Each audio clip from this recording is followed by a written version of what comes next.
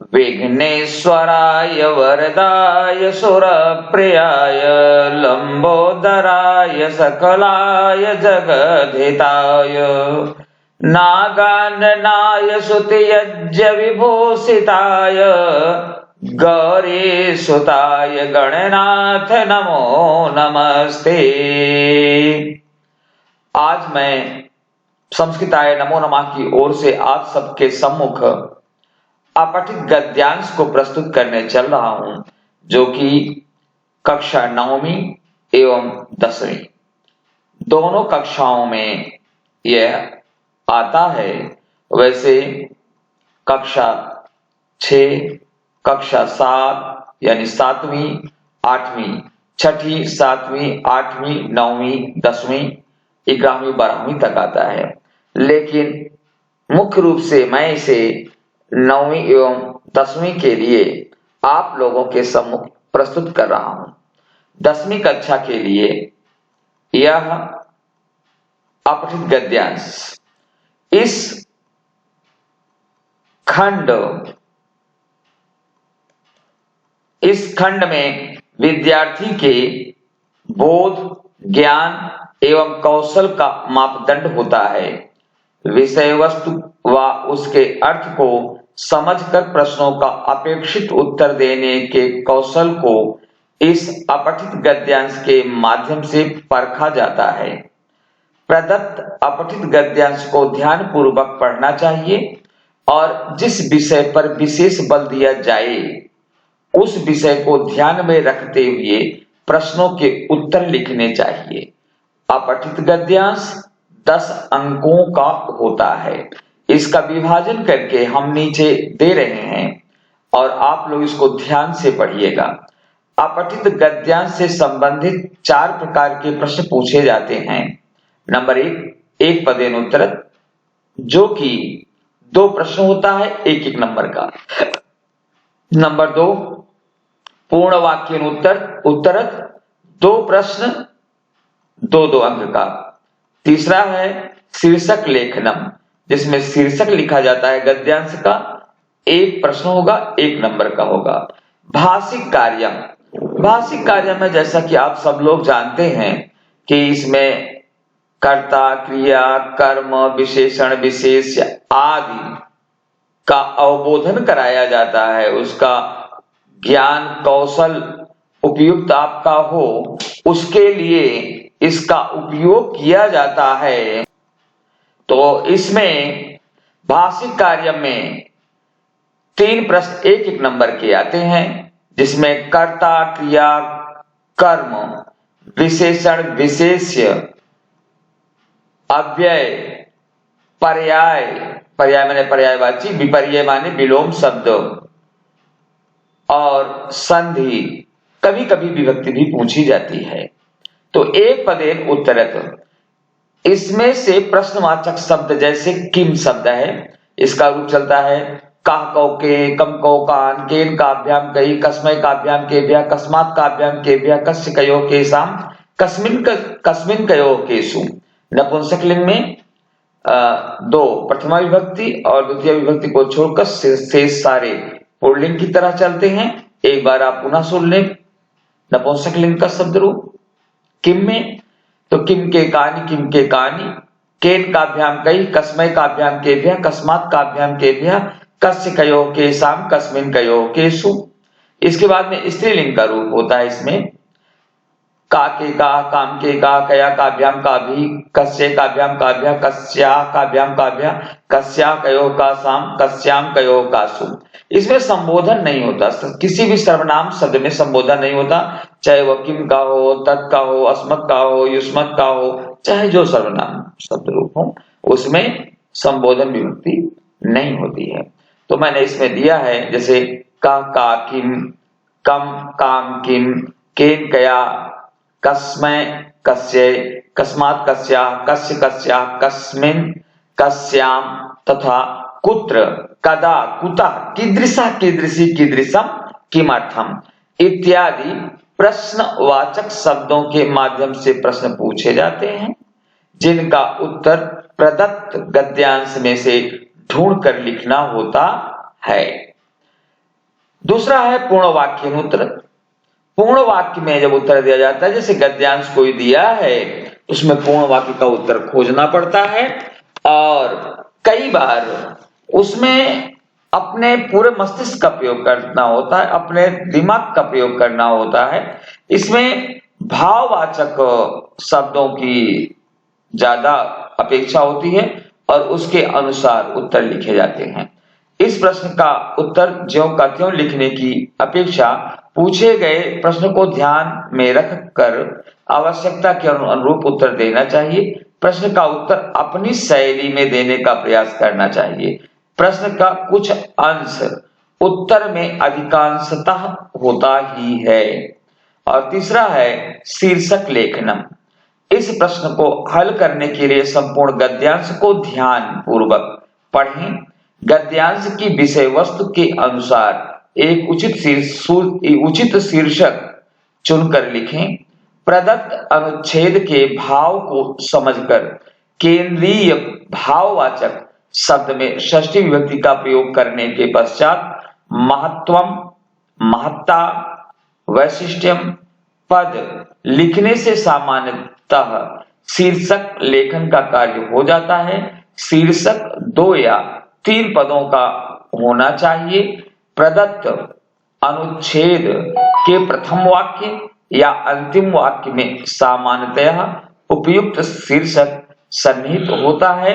फिर भी कई बार वाक्यों के बीच में भी आता है और जब वाक्यों के बीच में गद्यांश के मध्य से आता है तो उसमें विशेष पद ही होता है, तो विशेष का चयन किया जाता है।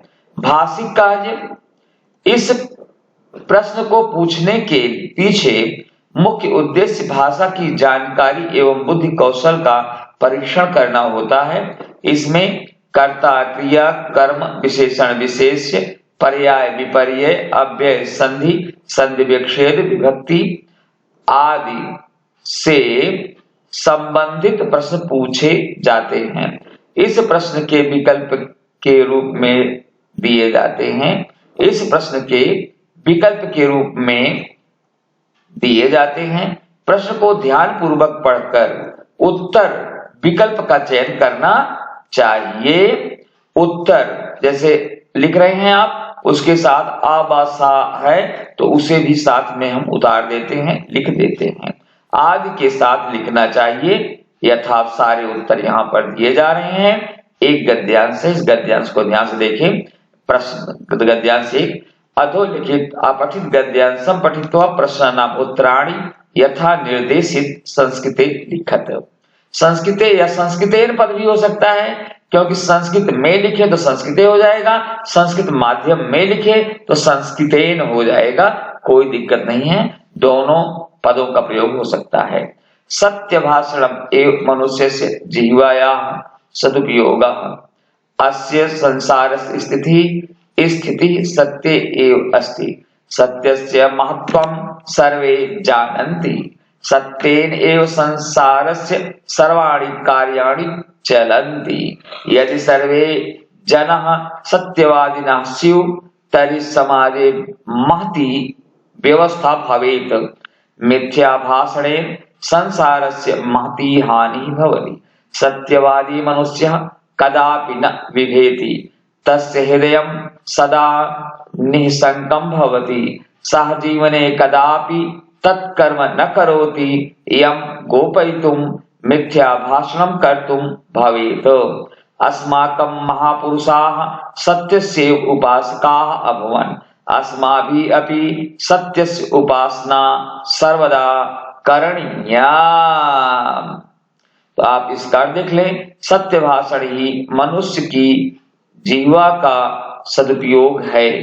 अस्य यानी जिससे संसार की स्थिति सत्य में ही है। इस संसार की स्थिति सत्य में ही है। सत्यस्य महत्वम विषय सर्वे जानन्ति, सत्य के महत्व के विषय में सभी जानते हैं। सत्येन एव संसारस्य सर्वाणि कार्याणि चलन्ति, सत्य से ही संसार के सभी कार्य चलते हैं। यदि सर्वे जनाः सत्यवादिनः स्युः तर्हि समाजे महती व्यवस्था भवेत्, यदि सभी लोग सत्यवादी हों तो समाज में बहुत बड़ी व्यवस्था हो।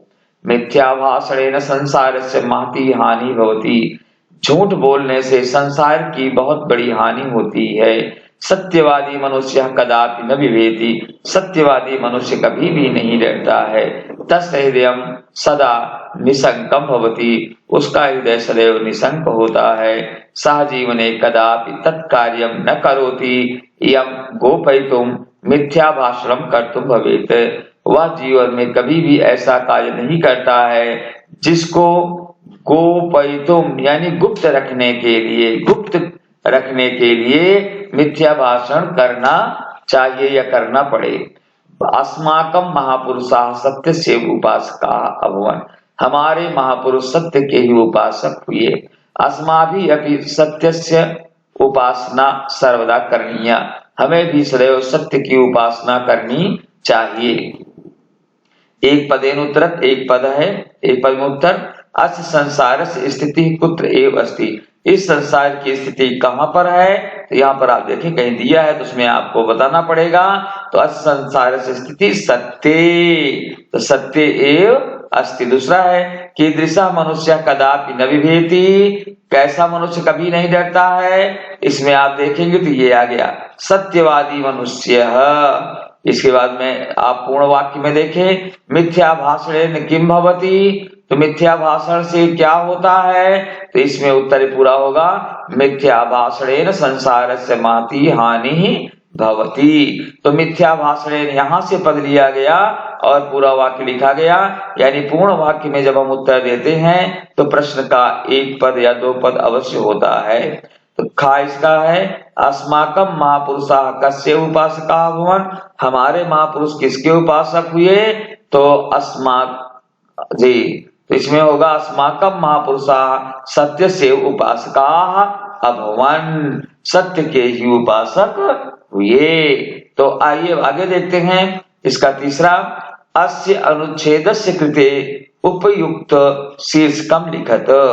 इस जो शीर्ष है गद्यांश का भाग, इसका उपयुक्त शीर्षक लिखें। तो हमने आपको पहले बताया था, वहां से लेना पड़ेगा कि पहले वाक्य में या लास्ट के वाक्य में होता है। तो पहले वाक्य में है सत्य भाषणम, तो क्या होगा? सत्य भाषणम या सत्यस्य महत्वम। तो सत्य भाषणम यहां हम ले लेते हैं और इसी को ही हम यहाँ पर ला करके इसका उत्तर आपके सम्मुख प्रस्तुत करेंगे। वैसे इसका उत्तर लिखा होगा यहाँ पर लास्ट में, यहाँ लिखा हुआ है, कोई उसकी दिक्कत नहीं है, ये लिखा है इसमें का में सत्यस्य महत्वम। तो सत्यस्य महत्वम या सत्य भाषण दोनों इसका उत्तर सही होगा। तो सत्यस्य महत्वम यहाँ पर ज्यादा उपयुक्त है। तो सत्य का महत्व शीर्षक यहाँ पर जो ये है सत्यस्य महत्वम, तो सत्य का महत्व सत्यस्य महत्वम, ये यहाँ पर शीर्षक होगा। तो आइए अगला देखते हैं, विकल्पेभ्यः उचितम उत्तरम चित्वा लिखत। ये जो है भाषिक कार्यम का है। तो सत्यवादी मनुष्य कदापि न विभेति, अत्र क्रियापदम किम? विभेति, विभेति माने डरता है, यहाँ क्रियापद है, क्रिया ये हो गया। इसके बाद इसका खा पाठ है, महापुरुषाः सत्यस्य उपासकाः भवन्, अत्र कर्तृपदम किम? तो महापुरुषाः अभवन्, तो महापुरुषाः यहाँ पर कर्तृपद हो जाएगा। संसारस्य सर्वाणि कार्याणि चलन्ति, तो विशेषण और विशेष्य। तो कार्याणि क्या है? विशेष्य है, सर्वाणि विशेषण है, तो सर्वाणि यहाँ लिखा जाएगा। ये उत्तर इसका सही हुआ। इस तरह से यहाँ पर उत्तर मैंने लिख भी दिया है। ये देखिए उत्तराणी में उत्तर एक पदेन सत्य सत्यवादी, पूर्ण वाक्य मिथ्या भाषणेन संसारस्य महती हानि, अस्माकं महापुरुषाः सत्यस्य उपासका भवन। और अनुच्छेदस्य कृते उपयुक्त शीर्षकम तो सत्यस्य महत्वम। और इसका विकल्प है तो भाषिक कार्यम का विभेति महापुरुषाः सर्वाणि। तो आइए अब दूसरा देखते हैं, इसका पैराग्राफ 2 यानी अपठित गद्यांश 2। अधोलिखित अपठित गद्यांशं पठित्वा प्रश्नानाम् उत्तराणि यथा निर्देशितं संस्कृते लिखत। वर्तमान काले चीन देशे समुत्पन्ना कोरोना नाम्नी वैश्विक महामारी वर्तते। सा मानवाय अतीव कष्टकारी भवति। एषा महामारी चीन देशस्य वुहान प्रान्ततः आगतवती। एषा कोरोना एकः विषाणुः अस्ति। एषा महामारी स्पर्शेन संभवति। यह विषाणु अत्यंत घातकः अस्ति। अद्यापि नास्ति किमपि औषधम्। एतस्य एकमेव निदानमस्ति गृहे निवासः। अतः सर्वे जनाः गृहे निवसन्तु, सुरक्षिताः भवन्तु। साम्प्रतं समग्र विश्वे एषा महामारी प्रसारिता अस्ति। एषा महामारी स्पेन देशे, इटली देशे, अमेरिकादि देशेषु तु महामारी अतीव घोरा अस्ति। भारत देशेऽपि न अवशिष्टा। तथापि भारत देशेन सर्वे भवन्तु सुखिनः इति सन्देशं नीत्वा अन्य देशं प्रति सहायता सामग्रीं प्रेषिता। सहायता सामग्री प्रेषिता। एक पदेन उत्तरता देखें। महामारी चीन देशस्य कुतः आगतवती? विषाणु अत्यंत कथमस्ति? पूर्णवाक्येन उत्तरत। कुत्र समुत्पन्ना कोरोना नाम्नी वैश्विक महामारी वर्तते। एषा महामारी केषु देशेषु तु महामारी अतीव घोरा अस्ति। अस्य अनुच्छेदस्य कृते उपयुक्त शीर्षकं लिखत। विकल्पेभ्यः उचितम् उत्तरं चित्वा लिखत। दुःखिनः इति पदस्य विपर्यय पदं गद्यांशे किम? कष्टकारी मानवाय सुखिनः। तो दुःखिनः है, विपर्यय क्या होगा? विलोम। तो सुखिनः। सुखकारी पदस्य पर्याय पदम किम? सुखकारी का पर्याय कष्टकारी। एषा महामारी प्रसारिता अस्ति अथ क्रियापदम किम? तो अस्ति। उत्तर सब पूरा ये लिखा है, आप इसको देख सकते हैं बहुत आराम से। एक पदेन वुहान प्रान्ततः घोरा वर्तमान काले चीन देशे समुत्पन्ना कोरोना नाम्नी वैश्विक महामारी वर्तते। एषा महामारी स्पेन देशे, इटली देशे, अमेरिकादि देशेषु तु महामारी अतीव घोरा अस्ति। अस्य अनुच्छेदस्य कृते उपयुक्त शीर्षकं वैश्विक महामारी। विकल्पेभ्यः उचितम् उत्तरं चित्वा लिखत। का सा के साथ सुखिनः, ख आ के साथ कष्टकारी, ग सा के साथ अस्ति। गद्यांश एक भाग और है, देखें आप इसे। अपठित गद्यांश। अधोलिखित अपठित गद्यांशं पठित्वा प्रश्नानाम् उत्तराणि विकल्पेभ्यः चित्वा लिखत। ये भी 10 नंबर का है। तो प्राचीन काले भारत देशे राजा भोजा आसीत्। राजा अतीव साहसी आसीत्। तस्य अमात्यस्य नाम रामानंदा आसीत्। तस्य मंत्री अतीव बुद्धिमान आसीत्। तो प्रसादे आस्तां परस्परं वार्ता कुर्वन् राजा भोजः अवदत् अस्मिन् संसारे कः जनः श्रेष्ठः अस्ति। रामानंदः अवदत् महाराज मानव कल्याणाय यः कार्यं करोति सः जनः श्रेष्ठः। तो प्रश्न देखें। प्रश्न उसके बाद सीधे मैं उत्तर आपको दिखा दूंगा बस, क्योंकि 2 का मैंने बता दिया, उसके बाद सीधे उत्तर। एक पदेन उत्तरत। प्राचीन काले कुत्र राजा भोजा आसीत्। अमात्यस्य नाम किम आसीत्। पूर्णवाक्येन उत्तरत। रामानंदा किम अवदत्। राजा भोजा कथम आसीत्। तीसरा है अस्य अनुच्छेदस्य कृते उपयुक्त शीर्षकं लिखत। चौथा है विकल्पेभ्यः उचितम उत्तरं चित्वा लिखत। इसका का पाठ? प्रजा इति पदस्य विपर्यय पदम गद्यांशे किम? तो होगा यहाँ पर राजा। वरम इति पदस्य पर्याय पदम गद्यांशे किम? श्रेष्ठः। अस्मिन् संसारे कः जनः श्रेष्ठः अस्ति अथ क्रियापदम किम अस्ति। उत्तर यहाँ पर है भारत देशे रामानंदः, पूर्ण वाक्य में रामानंदः वदत् महाराज मानव कल्याणाय कार्यं करोति सः जनः श्रेष्ठः अस्ति। खा पाठ में राजा भोजा अतीव साहसी आसीत्। और गा है अस्य अनुच्छेदस्य कृते उपयुक्त शीर्षकम लिखत राजा भोजः। और इसका चौथा भाग है विकल्पेभ्यः उचितम उत्तरम चित्वा लिखत का आ राजा खा सा श्रेष्ठः गा सा अस्ति। अधोलिखित अपठित गद्यांशं पठित्वा प्रश्नानाम् उत्तराणि विकल्पेभ्यः चित्वा लिखत। मध्यकाले भारत देशे एकः राजा महाराणा प्रतापः आसीत्। राजा अतीव साहसी आसीत्, तस्य मंत्री अतीव बुद्धिमान आसीत्। तौ प्रसादे आस्तां परस्परं वार्तां कुर्वन् महाराणा प्रतापः अवदत् अस्मिन् संसारे कः जनः श्रेष्ठः अस्ति। अमात्यः अवदत् महाराज स्वतन्त्रः जनः एव श्रेष्ठः अस्ति, सः जनः श्रेष्ठः अस्ति। ततः सः राष्ट्रस्य स्वतन्त्रतायै वने वसन् तृणस्य रोटिकां खादितवान्।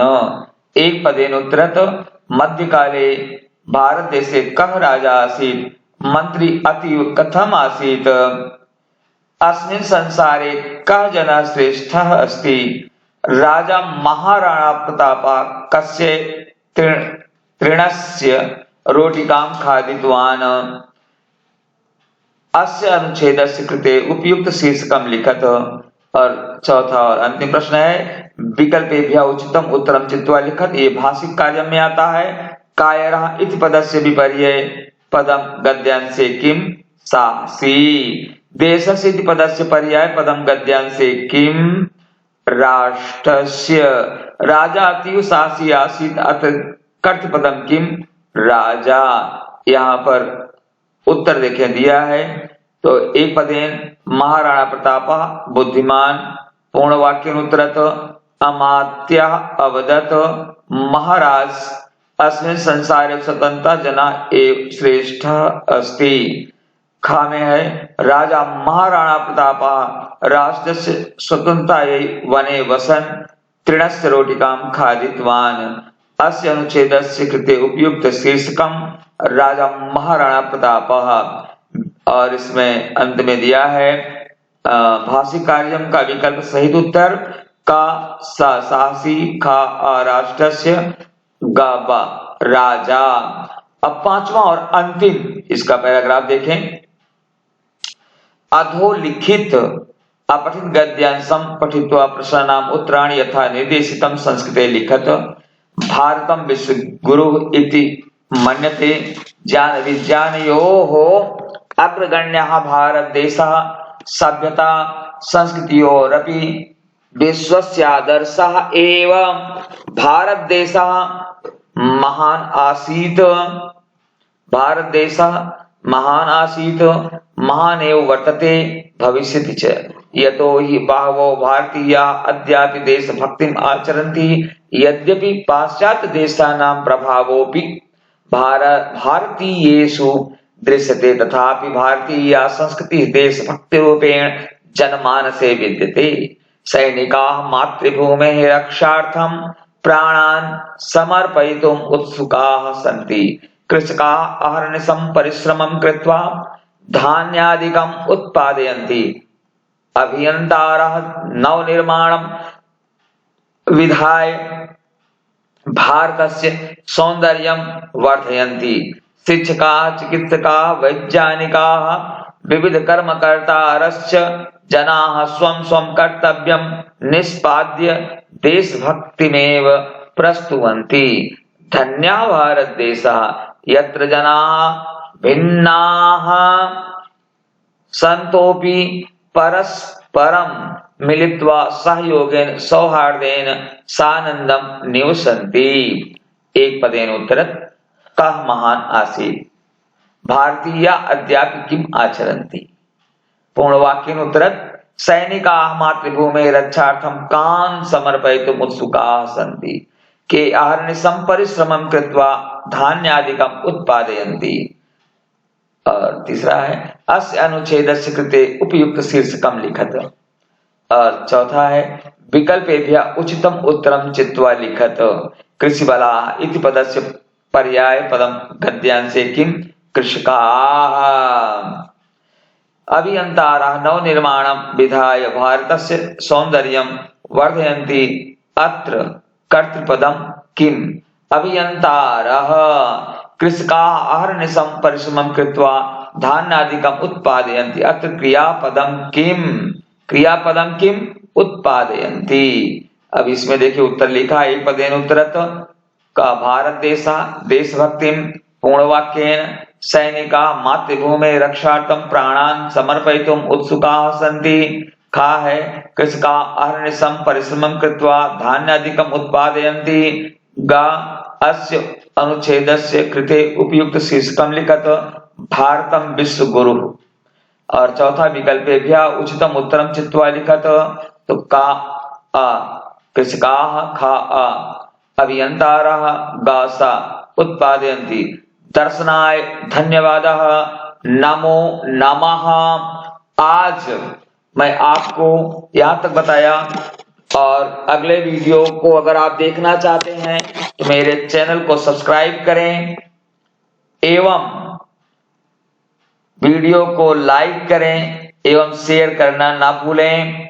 और इस वीडियो में मैंने आपको बताया है अगर कोई सुझाव आप देंगे तो मैं उसके अनुरूप और परिवर्तित कर दूंगा, क्योंकि अपठित गद्यांश के लिए बहुत बच्चों ने मांग की थी तो मैंने उसके नियम को दिखाया पहले आपको।